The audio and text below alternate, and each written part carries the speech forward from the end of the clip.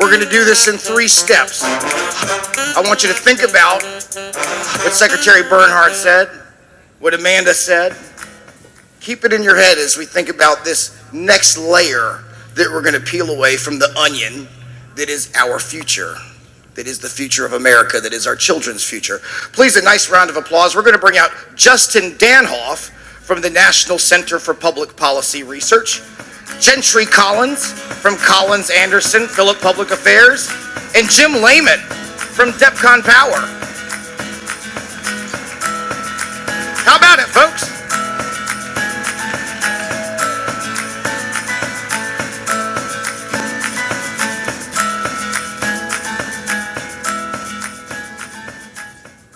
So we talked about the enemy that we thought we knew, big government, the corruption of bureaucracy, and how that touches our lives. There are emerging battlefields that at CPAC we're always interested in talking about. A couple years ago, you identified sports as one of them.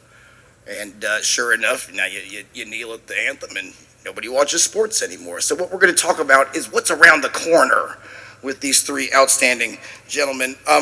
Justin, I want to start with you in talking about the idea of woke corporations. All right, how many of you have heard this term, woke corporations? You know what we're talking about? Okay, that's maybe a quarter in the room. How do I transition? I want you to know what it is. I want more people to know what it is. You have situations where Major League Baseball, Delta Airlines, Coca-Cola are getting involved with voter ID bills in the state of Georgia. I mean, I don't know what Coca-Cola has to do with voting ID bills in the state of Georgia, but sure enough, I'm sure there are many people here in this room that may own Coca-Cola stock. Justin, what's your take on this idea that corporations that have traditionally been leaned right, shall we say? Republicans have generally supported corporations over the course of our lives. What the hell happened, man? Well, it's actually really simple. Big business divorced the Republican Party a decade ago, and we just found the paperwork in a drawer last week. It's true. So what's the state of play? The state of play is this. You listed a few companies that were on the wrong side of voter integrity in Georgia, including Coca-Cola and whatnot. You realize it was actually 1,200? 1,200 companies were on the wrong side of voter integrity in Georgia. Let's take one other issue that's top of mind for me these days, and that's the Equality Act, which has passed the House and is currently sitting with the Senate. The Equality Act would crush women's sports, would harm women in many other settings like shelters, and they actually wrote the Religious Freedom Restoration Act out of the law. So if that becomes law, your federal faith protections are gone, okay? Do you guys realize the Chamber of Commerce fully supports it? The Business Roundtable endorsed it. The National Association of Manufacturers fully backs it. And more than 400 companies have joined a pledge with the Human Rights Campaign to back it as well. That's the state of play with corporate America, folks.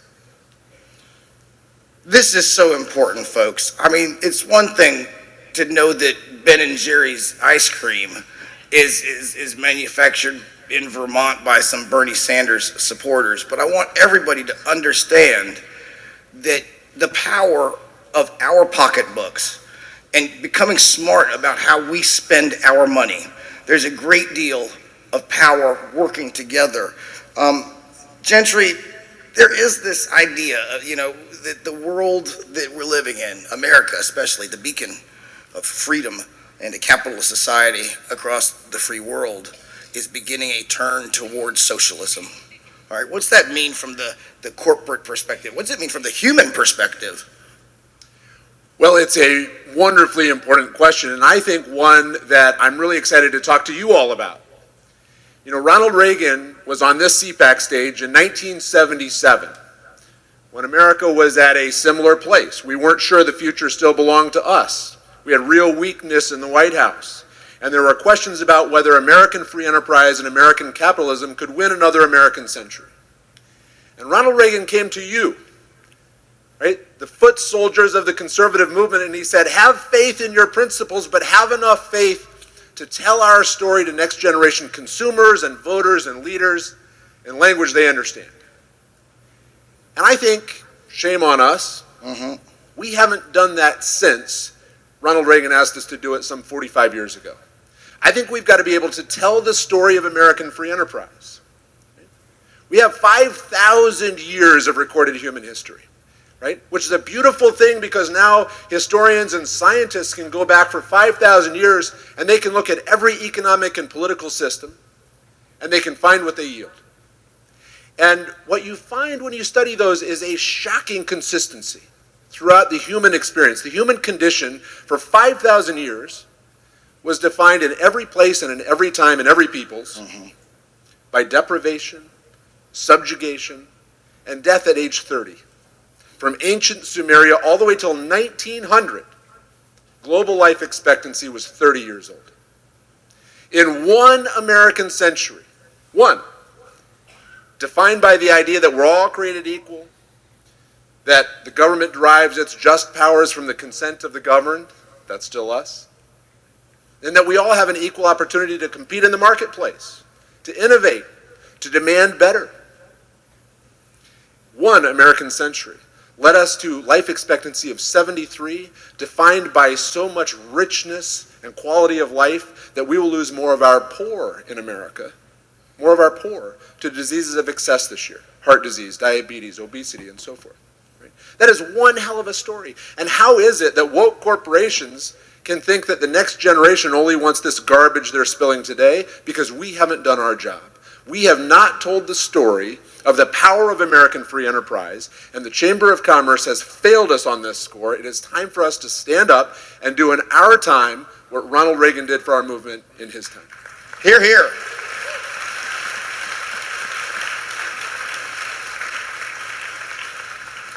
What I hear Gentry saying, and this is an important point, folks, is this thing that's called America, in the grand scheme of things, has not been around a long time in the history of humankind. It is a radical experiment in this idea that a free people can govern themselves. And it goes against the grain of history, and it's a delicate thing that we must preserve. It changes the species, it changes how we live, it changes lives, it changes your spirit, it changes your soul. Nothing could be better.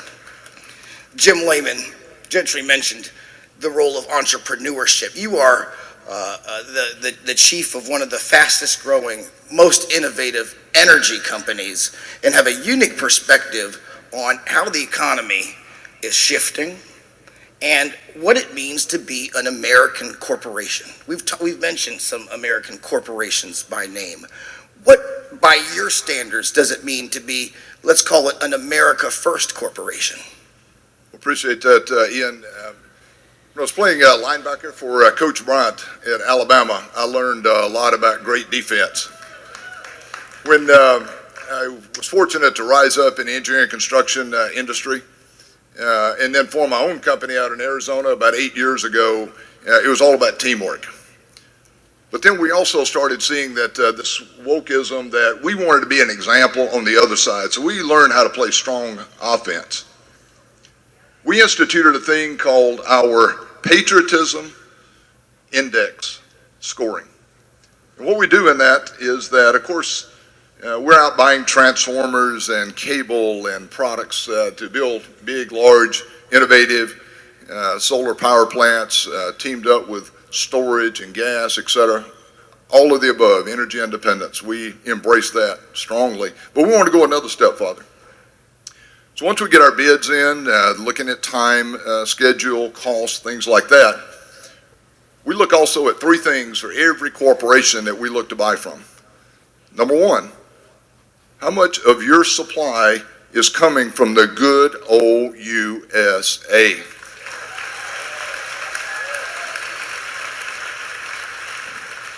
Number two, as a veteran, officer, Army, jumping out of perfectly good airplanes,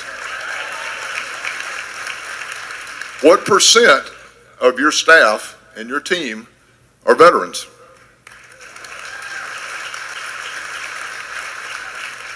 Number three, big guy, says give 10% and your bucket cannot hold the blessings he's going to give to you. What percent do you give back to your country and your community.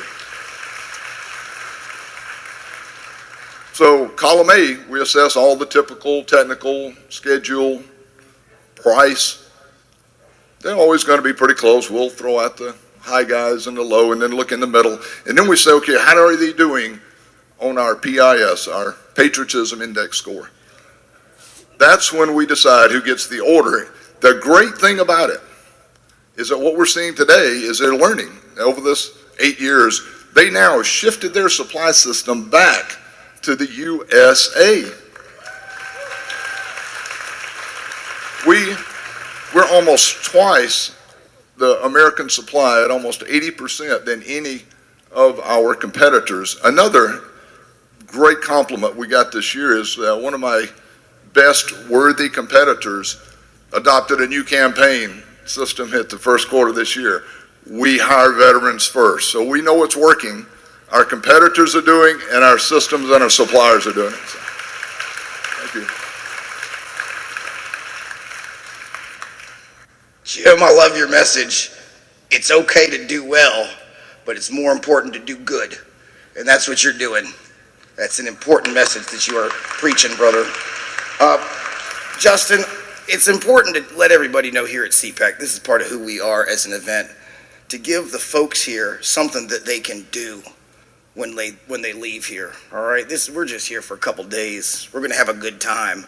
But it's most important that you pay attention and you learn what happens once this event is over and how it can change your life, how it can affect your brain, affect your spirit, and then spread that to your friends and neighbors. What does it mean to be a conscious spender, a conscious shareholder in this kind of atmosphere that we're walking into? Yeah, I've got a simple action item when you leave. Vote. And I'm not talking about politicians. Folks, if you think the presidential election in 2020 was rigged, I'm here to tell you they've got nothing on the corporate proxy ballot. May 26th this year, ExxonMobil held their shareholder meeting. 3 liberal climate change activists were voted onto the board of Exxon. Last year's Chevron shareholder meeting, there was a vote on a shareholder proposal from a liberal environmental organization. It got 53% of the vote. The resolution told Chevron it must align its policies with the Paris Climate Accord. That would put Chevron out of business, folks. They have rigged the vote, but here's the good part. Money in the capital markets is evenly red and blue. It's evenly split. There's a lot of money in this room. What happens at these annual elections, votes for board members, votes for shareholder resolutions, is truly shameful for all of us in the room. It's the equivalent of a red or purple state election that goes blue every single year because the left weaponizes their money and they vote. The evidence bears out that we're simply not voting with the same rigor and the same enthusiasm that the left does. In 2018, liberal shareholder resolutions broke every single record they had ever set. They broke it in 2019, they broke it again in 2020, and they've already surpassed it this year. Folks, if we lost 4 political election cycles this badly, CPAC would be meeting every single day and twice on Sunday to try and do something about it. What are we doing about corporate America's lurch to the left on the corporate proxy ballot? Precious little. So pay attention to your money, pay attention to your investments, and vote. Gentry, we've talked a lot about big corporations. We've watched a lot of change in the economy. We listened to Jim Lehman talk about the evolution of what it means to be an American corporation. Are small mom and pop shops dying at record rates? It sure feels like that. You see a loss of manufacturing jobs. You see towns in the Midwest and in the Rust Belt that are disappearing. You know, if you're a young man or young woman growing up, you can't get out of there fast enough. Would you encourage young people to start a business in this kind of atmosphere? Look, small business is the backbone of the American economy, always has been. And you know what? It always will be, because that's where the innovators design better products, better services, put better things in the marketplace that compete with the big guys.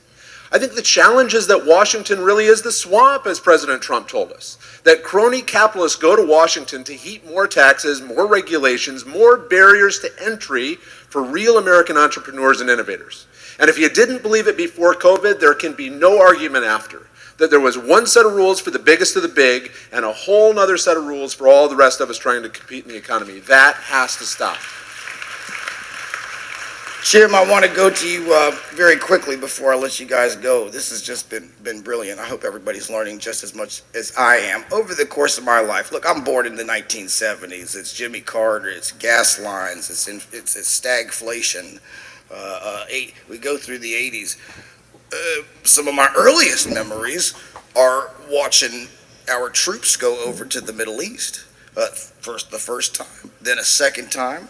A lot of people made the argument that it was about energy, that we were going to put blood and treasure on the line to make sure that we still had access to the fuel that makes our economy hum. It doesn't seem like too long ago, but we have come so far since then. Where are we at now, and where are we headed when it comes to the future of energy production? Well, it's like I mentioned earlier about the health index and the lifelong, what America has done to increase longevity. Same in the energy industry, how right here in Texas, the greatest innovator in the energy sphere in the world, how we've learned how to take what we thought was maybe a nominal supply of natural gas and now be able to supply not only our own country for the next 300 years, but ship that freedom fuel all across the country. What we've been able to do I came from the coal and gas industry, building some of the largest supercritical combined cycle plants in the country, and then move that power team over to large utility scale solar, and we've driven that cost now down to be about half of gas on an unsubsidized basis, something that we don't a lot think about in the conservative side, but all of the above is absolutely the answer. Briefly, Ian, I just want to mention something. I was talking to Matt earlier today, and that is the system that my team, we put together regarding this patriotism index.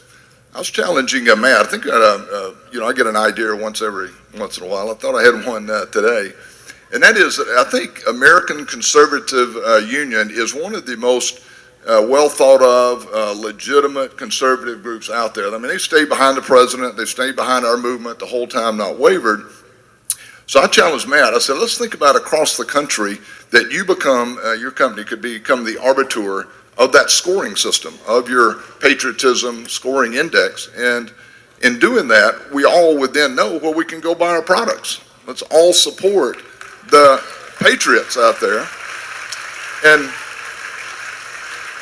since again, Matt's a great entrepreneur himself, built this great team. Of course, he could charge a nominal cost to do that, to go out and make sure these companies are compliant and they have real scores. But it would be a great validation for all of us, because I bet you, in fact, in the room, who would love to know what the patriotism score is on that product when you go into the store? Awesome. So I'm sure Matt has a video back there, so we'll pass this on to him. Let's make sure we think about doing this. You're making work for me, Jim, but it's the best kind of work. I wouldn't mind hopping on that. Folks, a nice round of applause for Justin Danhof, Gentry Collins, and Jim Lehman. Thanks, fellas.